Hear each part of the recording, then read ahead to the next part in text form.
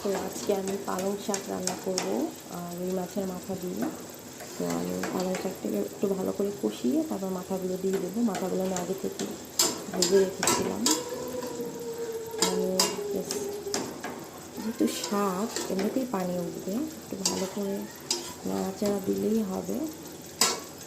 দেখুন কতখানি পানি উঠছে। আমার এটা রান্না করতে গেলে বেশি একটা পানি দেওয়ার প্রয়োজন পড়ে না।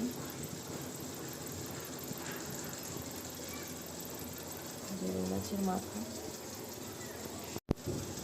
তো আজকে আমি পালং শাক রান্না করব রুই মাছের মাথা দিয়ে।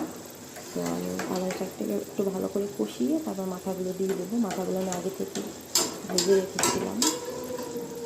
মানে যেহেতু শাক এমনিতেই পানি উঠবে, একটু ভালো করে নাড়াচাড়া দিলেই হবে। দেখুন কতখানি পানি উঠছে। আমার এটা রান্না করতে গেলে বেশি একটা পানি দেওয়ার প্রয়োজন পড়ে না।